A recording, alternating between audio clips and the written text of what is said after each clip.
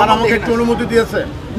আপনাদের সাংবাদিক ভাই বোনদের যারা উপস্থিত হয়েছেন সবাইকে স্যারের পক্ষ থেকে রমনা কালী মন্দিরের পক্ষ থেকে আপনাদেরকে শারদীয় শুভেচ্ছা। পঞ্চগড় থেকে হাজার হাজার হিন্দু ভারত চলে যাচ্ছে, সেটা কিন্তু ফেক নিউজ ছিল, মিথ্যা নিউজ ছিল। আমরা এবং আমাদের চেয়ারম্যান এবং আমাদের অপর্ণাদি এবং মিল্টন সহ আমরা কিন্তু সেই স্থানে গিয়েছি, কিন্তু মিথ্যা ভাইরাল হয়েছে। পঞ্চগড়ে দেবেশ্বরী মন্দির ভেঙে চুরমার করে ফেলেছে, গিয়ে দেখেছি কোনো কিছুই হয় নাই। কান্তজি মন্দির দিনাজপুরে যে কান্তজির মন্দিরে ভেঙে ফেলা হয়েছে, আমরা সরেজমিনে গিয়ে দেখেছি, সেটা হয় নাই।